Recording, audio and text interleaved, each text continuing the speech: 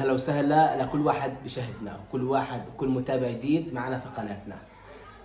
يعني تقريبا ضلنا 200 اعتقد عشان نحصل 80,000 اخ واخت في القناة عنا. 80,000 اخ وصديق عنا في القناة. بنشاهد طبعا تعليقاتكم، بنشوف الروح الايجابية، الروح الطيبة، روح الاخوة والمحبة الموجودة عند الجميع، واحنا بنكون سعداء طبعا واحنا نقرا هذه التعليقات وبنرد على بعضها وبنحط اعجابات للبعض. ولكن للاسف الشديد اوقات الظروف ما بتسمح. بنتمنى لا تكون الحياه ان شاء الله احسن والامور احسن واحسن والمعاناه تكون اقل في الفتره الجايه، ولكن للاسف يعني اليوم بنسمع اخلاءات جديده في منطقه شمال غزه متوجهين للمحافظه الوسطى. الأسعار بعض البضائع نزلت، لكن الأسعار فعليا يعني بنحكي 10% 20% نزلت، ما نزلت كلها. بعض الأغذية أو الأصناف اللي احنا محتاجينها صراحة نتمنى تنزل لكن مش موجودة في السوق. ألبان، أجبان، لحوم للأسف الشديد مش متوفر في السوق. إن توفرت تتوفر المعلبات والإشي البديل لهذه الأصناف. طبعا احنا بدنا حاجة، احنا مش بديل، احنا بدنا حاجة نكون مبسوطين فيها. بدنا حاجة نلم اعضامنا شوي، بضل يجي اعضاء خسفنا يا جماعة الخير، تعبنا. فبنسأل الله طبعا ربنا هيك يفرج الكرب.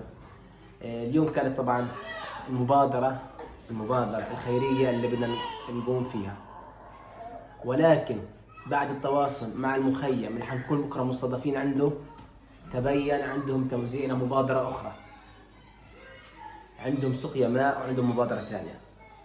فعلى هذا الأساس إحنا اليوم امتنعنا طبعا عن توزيع هذه المبادرة، وتقريبا ما لقينا الصنف للطحين متوفر بشكل كامل في السوق. وكانت هناك بعض المتطلبات من الأسر المحتاجة في هذا المخيم انه يكون لنا يعني بعض، يعني ما تجيب لنا طحين هات لنا سكر. احنا السكر غالي وفي الحرب تقريبا كل الناس انقطع عنهم هذا الصنف ووصل سعره اضعاف مضاعفه. ففكرنا فيها وصراحه كانت معي زينب تقول لي يا بابا انا بدي لهم سكر عشان يعملوا غرايبه ويعملوا حلويات وينبسطوا عشان الاطفال اللي زيي يكونوا مبسوطين.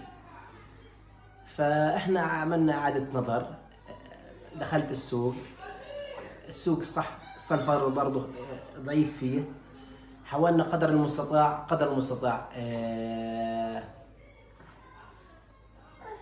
المستطاع نوفره، ولكن سبب السيولة لما محتاجين سيولة وسحب السيولة اليوم مرتفع عندنا جدا. لكن ان شاء الله بكره بنكون قادرين نحصل الصنف هذا ونكون قادرين ان شاء الله ننفذ هذه المبادره، وان شاء الله بكره حنصور لكم اياها بالكامل من البدايه للنهايه. وبنسال الله ربنا يتقبل من فاعلين الخير.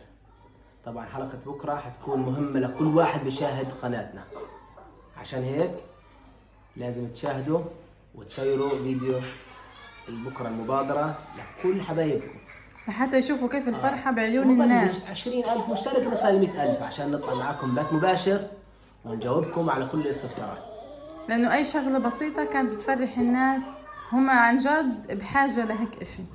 صح. فزي ما حكينا لكم لازم تشيروا الفيديو ولازم يصل لأكبر قدر ممكن من الأصدقاء والمتابعين.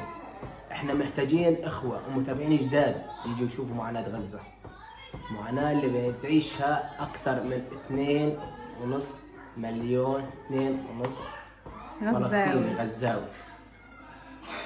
فإحنا سعداء للأمانة بكرة في اليوم، رغم إنه حيكون بكرة يوم مش حيكون مميز إن شاء الله. مميز إن شاء الله. حيكون يوم هيك صعب، حيكون تارك بصمة خير على الكل. حيكون عندنا صعب، حنواجه فيه بعض المشاكل الإنسانية، ولكن إن شاء الله نكون قادرين نحلها. إنه بصراحة انفتح، يعني زي أقول لك كيف، إن أنت رحت توزع شغلة ل 30 ولا 50، 30 و50 بيفتح معك كمان 50، لأن الكل بحاجة. فللأسف اليد قصيرة، إن شاء الله بنقدر نوفي عدد بسيط نحط فيه بصمة خير، لأنه المبلغ اللي وصلنا يا جماعة الخير من فاعل خير أعتقد سعودي، مبلغ احنا سعيدين فيه. من فاعل خير أعتقد تاني مبلغ رمزي، أعتقد من فاعل خير من أمريكا، مش فاكر بس بكرة بنذكر بالصح.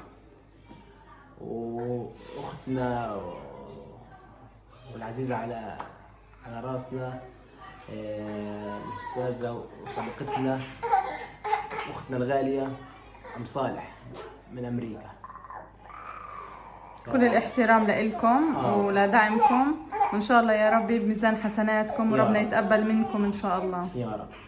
فعشان هيك يا جماعة الخير لازم نشد الهمة، شد الهمة إحنا وياكم، وكونوا دعم لإخواتكم بغزة لحتى يعني تنشلوهم من الوضع اللي هم فيه، بالزبط. من المجاعة اللي إحنا وصلنا لإلها. بالضبط.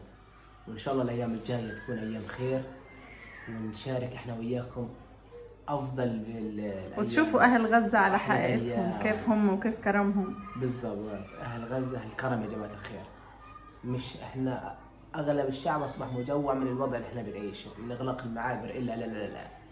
فعشان هيك لا تنسوا الاشتراك في هذه القناة، وبنرحب في كل أخ وأخت جديد في قناتنا، وإحنا سعداء. ولا تنسى برضه تفعل الجرس عشان كل ما ننزل فيديو يوصلك إشعار. إلى اللقاء في فيديو جديد، مع السلامة، بكرة سلام.